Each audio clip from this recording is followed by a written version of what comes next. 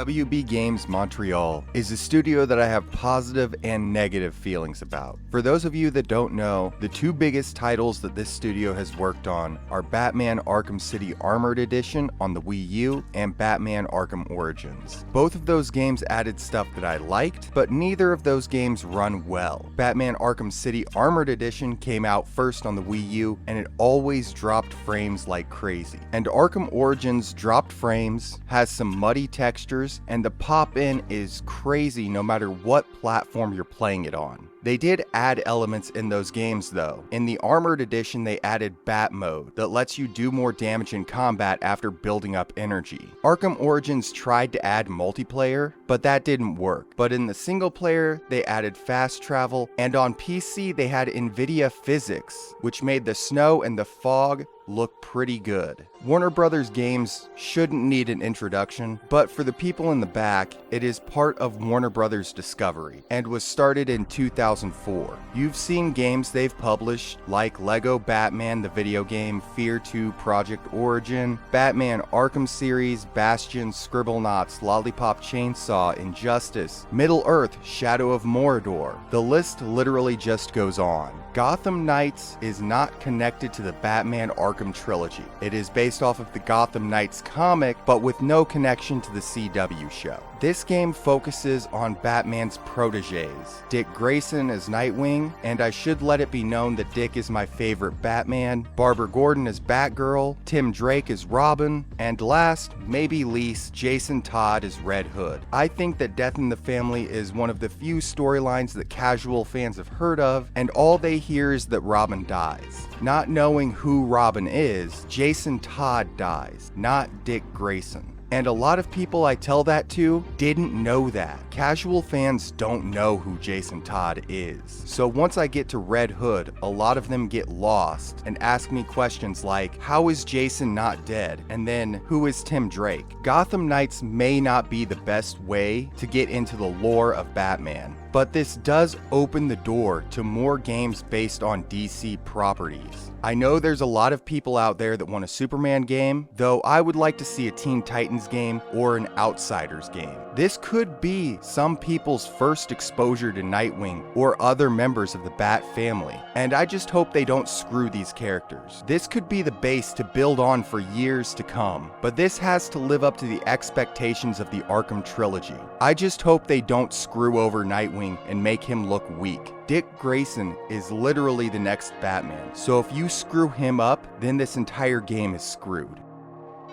Graphics in this game are a step back. How do you get more powerful hardware and make the game look worse? Arkham Knight has its own problems, but it was a step forward visually over Arkham City and Arkham Origins. When you're driving the motorcycle through the city, it feels like there's no speed. The same thing when you're gliding through the air. Gliding was one of the best feelings in the Batman Arkham games. Gliding in this game feels like it was thrown in just because it was in the previous games, and it is just a way to get around the city. There's just no speed. The voice acting is a huge step backwards. I grew up watching Batman the Animated Series, and the Batman Arkham games had a lot of those voice actors.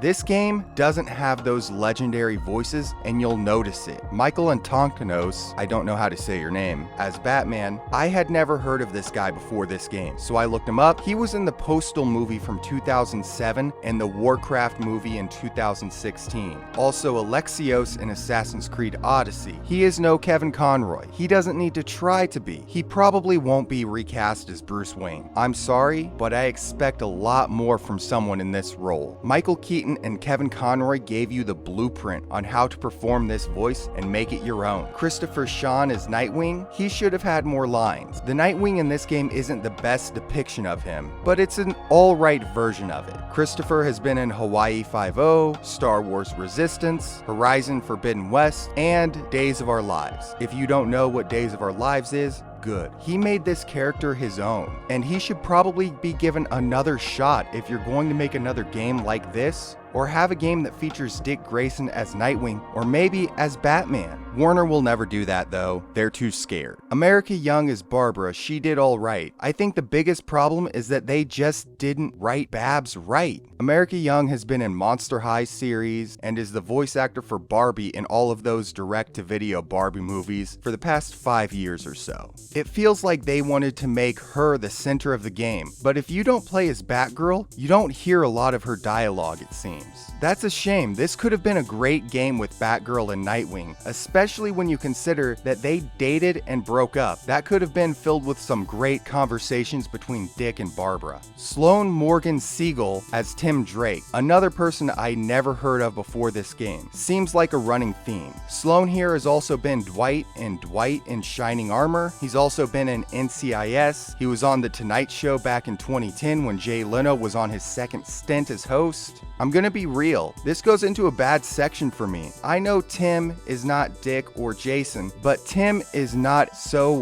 whiny and useless. Tim is a super genius. He figured out who Batman, Robin, and Batgirl all were. I feel like he's being used more as a punching bag than anything else. They had to make one character just look horrible, like just pointless. Jason Todd is voiced by someone that has done good work and does good work, with what I think is the worst character and the worst writing he's had in a game. Stephen Oyoung. Some of you may know that name. He has been in a lot of movies like Red Dawn, Star Wars The Force Awakens, but most of you know him as Mr. Lee or Mr. Negative in the Marvel Spider-Man games on PlayStation. He has done good work, but this is not one of them. Maybe it's just because I don't like Jason. Nothing about the visuals or the voice acting stood out, and the music feels non-existent. There is music, but it's just there to be in the background, and you'll hear the same song in every fight. Nothing about this soundtrack stuck out. Like, I still know some of the tracks from Arkham Asylum. Yes, the game that was released in 2009. Like, everything that you learned from those games, it feels like you just threw away all of your notes in terms of visuals, voice acting, and music. The Arkham trilogy crushes this. But let's move on to the story.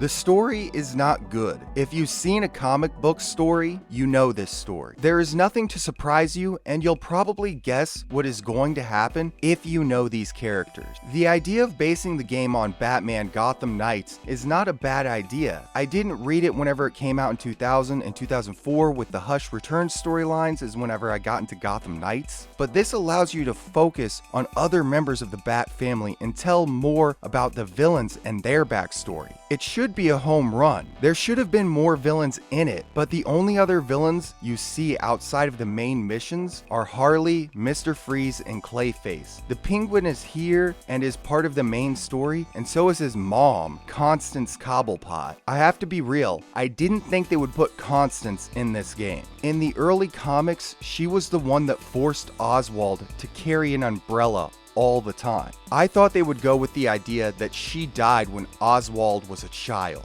I knew the court was in the game, so I knew Talons were going to be in this game. But Constance? Maybe I don't watch enough of the Gotham show on Fox, but has she ever been mentioned or shown in that show? Moving on from Constance and Oswald, the game basically starts with the murder of Kirk Langstrom, aka Man-Bat. This game is filled with references if you understand the Batman lore. But let's start from the opening cinematic that shows Ra's al Ghul attacking Bruce in the Batcave, killing them both, activating Code Black, the death of Batman. The members of the family meet at the Belfry in Union Station Clock Tower to defend Gotham and control the criminal underworld. They start by following up on leads that Bruce had from Dr. Kirk Langstrom, where they find him murdered and his research stolen. Shortly after, they meet Talia, that burns Raz's body and tells them that there's more going on than they realize, which leads to their other lead, Harley, at Blackgate Penitentiary. There they discover that the violent criminals are being let out of Blackgate early, but one was serving their whole time. This leads them to Oswald Cobblepot, the Penguin, the only one that wasn't let out early. Oswald tells them that the Court of Owls is not just a nursery rhyme or myth, that they are real and have been controlling Gotham for centuries, and then sends them to the Power Club to gather proof. From here, the Knights infiltrate the Power Club, where they learn that the Court of Owls is not just a children's rhyme, but actually exists, and are looking for the Fountain of Youth. The court has a mine under Gotham to mine Dionysium to create weak Lazarus pits. This watered-down pit brings them back as Talons, undead super soldiers.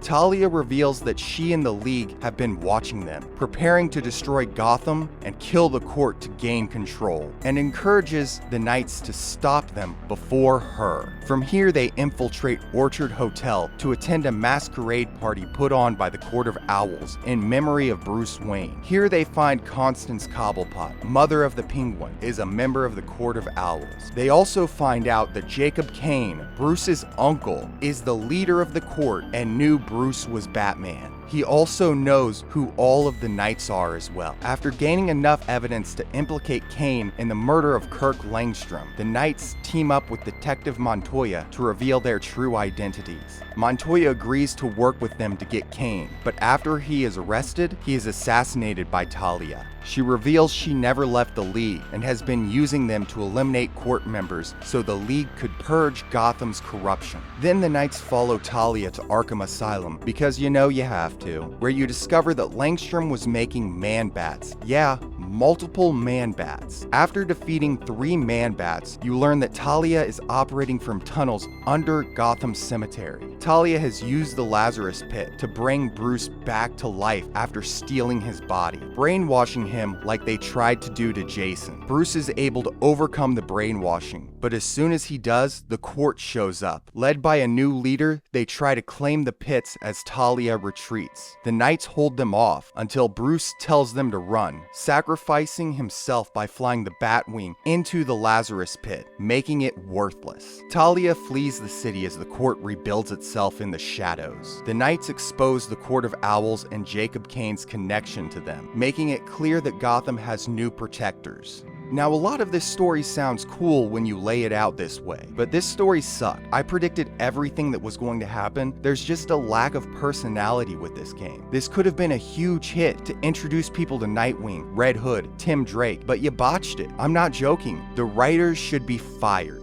This should have been the easiest part of the game for you. Rocksteady has given you the blueprint and you made Batman Arkham Origins, but you had to say, screw it. This should have been the base to a new series about Nightwing, Batgirl, Robin, and Red Hood. It could have been the start to a Teen Titans series, but no, this is a disappointment in every sense of the word. I should say, I played as Nightwing most of the game, until the bat fights with the Man-Bats and the League of Shadows at the end of the game. At that point, I switched to Red Hood because he's supposed to be the power character and he's just overpowered. Nightwing is probably the worst character in this game. So yeah, they fucked up Dick Grayson, not just in writing, but also in gameplay. So there will be no Batman game with Dick Grayson. I can guarantee that. But all of the other characters are better than Nightwing. Using Nightwing is like using a less powerful Batman that's not as stealthy as Batman and can't do as much damage as Batman. But with Red Hood that I used for the last 2 missions, I only used 4 health packs and barely took any damage in the fight with Bruce or Talia at the end of the game. He has a few moves that kill multiple enemies in one hit, and most of them can be done at range, so you don't have to take as many hits.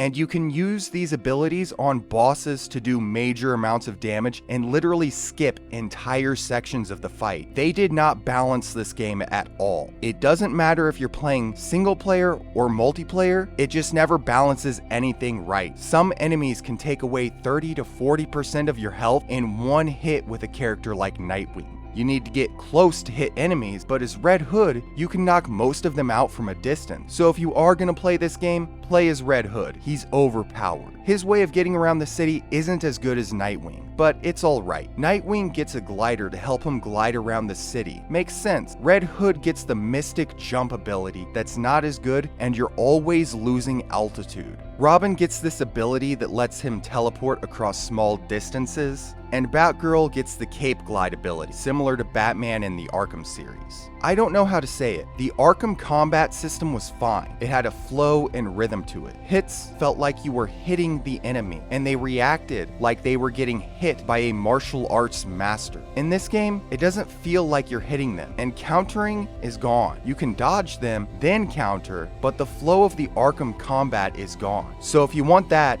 it's not here. It doesn't feel like you're doing any damage, more like you're just punching a wall until the health bar above them is empty. The stealth is dead even if you play as Robin. They ruined the stealth system. In the Arkham games, if you get spotted while you were trying to silently take down an enemy, you can do a hard takedown, then throw a smoke pellet and go back into hiding to take down those left standing silently. You can't do hard takedowns if you get spotted. They have to finish the stealth takedown. That can cause you to take damage, and you're supposed to be able to throw smoke pellets like in the first games, but I only got that to work 2 times, and one of those was in the tutorial, and every time I tried to do it after that, it wouldn't work. Stealth is dead. Robin is the stealth character, and he's the only one that can do hanging takedown. And in this game, they just suck. This is just the DC answer to Marvel Avengers. That game also sucked, so you accomplished that, Warner Brothers. Rocksteady Studios gave you the blueprint for a successful superhero game, and Warner Brothers Montreal made Batman Arkham Origins an alright Batman game. How do you screw up this bad and ruin all of your goodwill?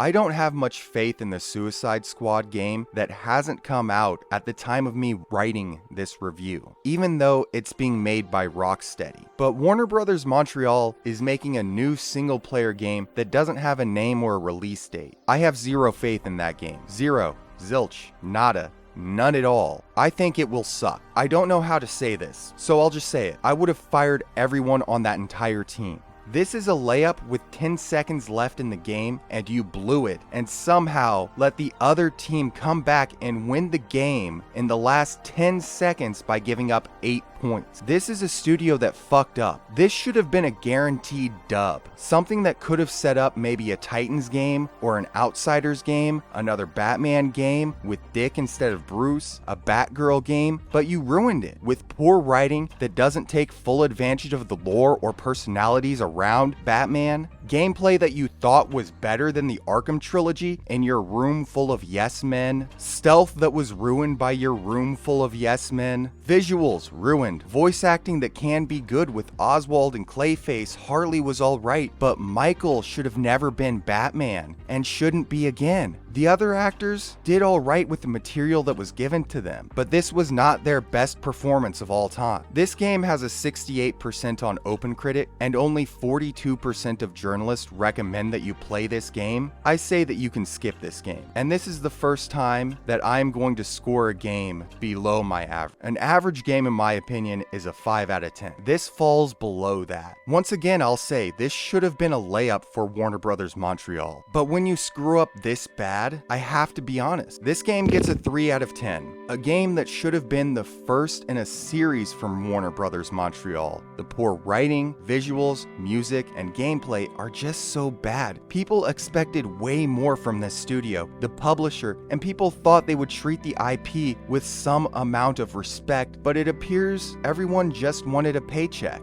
I would have closed this studio. We gave you one of our premier IPs, and you make this with it? You're gone. Get out. But that's just my opinion. What do you think of Gotham Knight? Did you like the game? Did you not like it? Tell me why in the comments section down below. And while you're there, you can like the video, subscribe to my channel for more reviews and other videos, and I'll see you all next time.